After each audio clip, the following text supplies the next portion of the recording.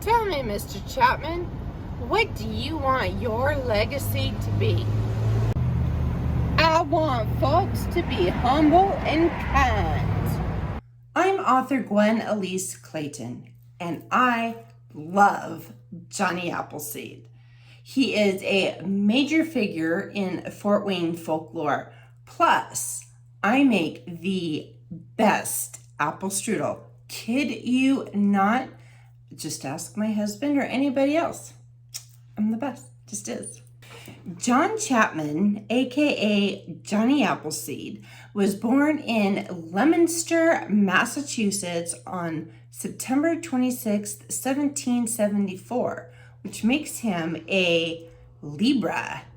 Libras are reputed to be gentle creatures who are afraid of conflict, but they're also very conscientious of their appearance. Since Chapman was such a devout Christian, and he really truly believed with all his heart that he was to commune with nature, be part of the plants, be gentle to animals, be kind to other people. That was a big part of his ethos.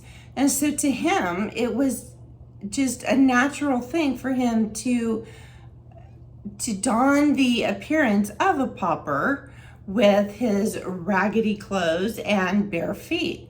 Now, the whole tin cap thing is kind of unknown exactly if it's not likely that was true, but whatever, I'll let the historians debate that. But what we can learn from him is that it's important to be humble, it's important to be kind, and it's important to respect the earth. And that is a really cool thing about Johnny Appleseed. The government, as well as private land companies, were encouraging people to move westward along the frontier and settle into unbroken territory. One way to do that was to plant orchards. And this is how Chapman made his fortune. This was back in a time when all you had to do to own property was to claim it. You didn't need money. You just planted 50 acres of apple trees and 50 acres of peach trees, and boom, you were a landowner. We don't know when he acquired the moniker Johnny Appleseed. Notice I resisted doing the air quotes. But by the time he got to Indiana, he owned more than 1,200 acres and had crossed more than 1,000 miles, most of that barefoot. Chapman died on March 18th, 1845 in Fort Wayne, Indiana, which means that this is the place that he haunts. Chapman was a devout Christian, and I'm sure his soul has gone on to heaven. But if I am correct in my Rivervine trilogy, keeping in mind, I write paranormal fiction, so just indulge me for a minute. And let's just pretend that ghosts are real. And a ghost is an emotional imprint left behind after a traumatic event.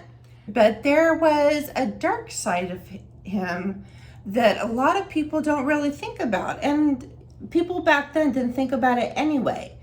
John Chapman was a white Christian male, and Americans back then were very avid believers in manifest destiny, and it didn't dawn on them that by planting their orchards and accumulating all of this land, even though you were displacing the Miamis or the Shawnee or whatever, all the other tribes through North America. So that was one of the problems with colonization, but at the time they didn't think that was wrong. They just saw, all this open land.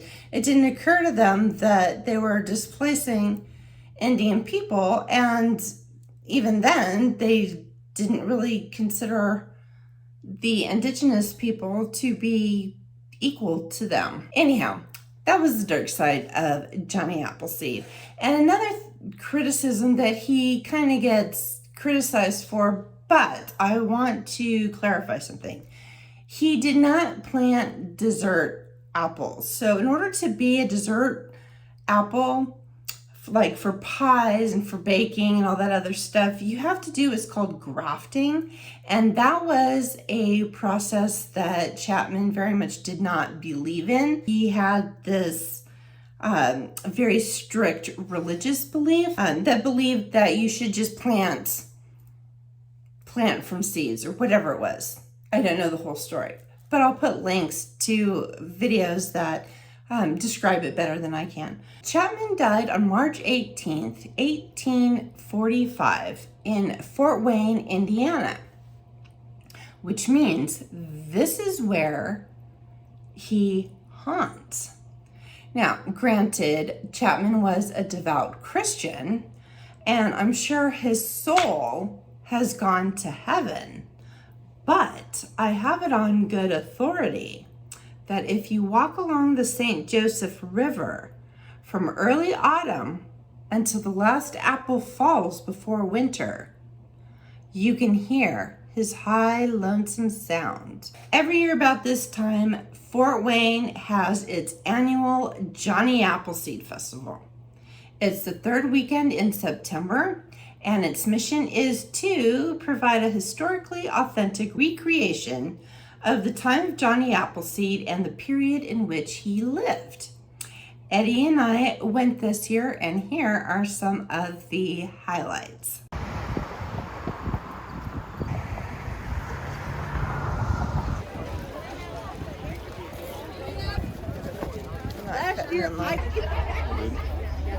Hi, I'm here with Beth Wood of Indiana Wild. Yes. So what are you doing here today? You know, Indiana Wild, we're just here celebrating the cultural connection that people have with animals. So today we are world travelers, and we brought animals from all different parts of the world back in the 1840s. So we've got animals from Africa, we've got animals from Australia, all over the place. So we're just out here sharing our animals and celebrating Indiana Wild's 10th anniversary with them.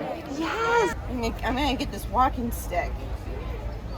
Oh, so tell me a little bit. What about this walking stick? It's made out of pine. We turn on a lathe, and then we do this detail here with a hand grinder. Mm-hmm. And then we lacquer it. And then for winter use, it's got a little ice pick. If you want to get chocolate beans, the best place I've found is Rose Mountain. And Rose Mountain is going to be, is Mountain Rose. So, any other questions? Hopefully I've answered everything. That's amazing.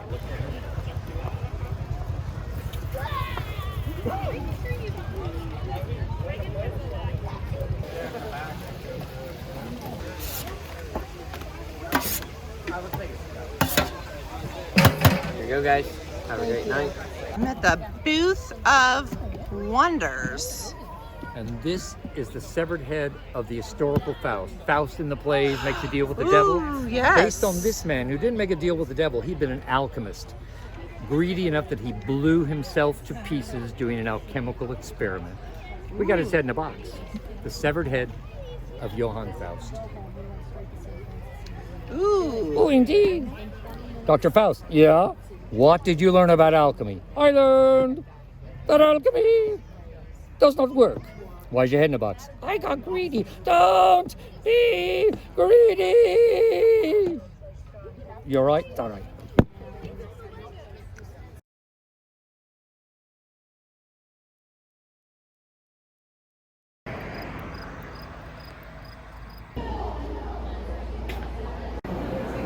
All right, $10 is your total.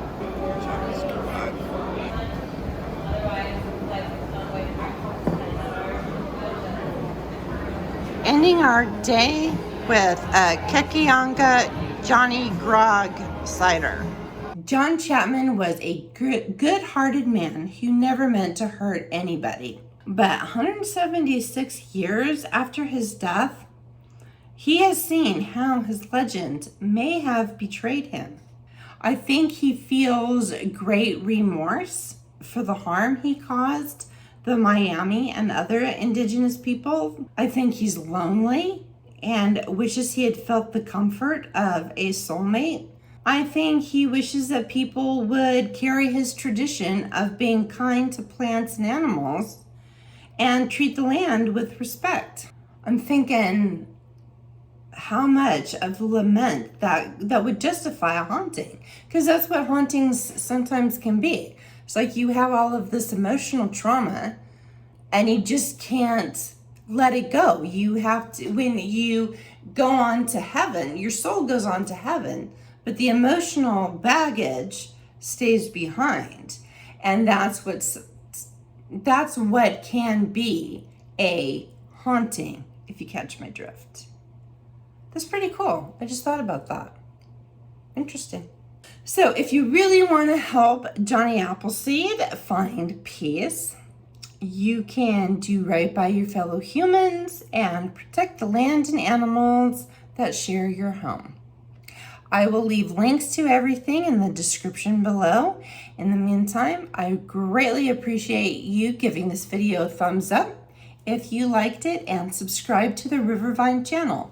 I come to you every Tuesday with news, features, and commentary related to the goings-on of the Rivervine utopia invented by author Clayton. That's me. I will see you next Tuesday.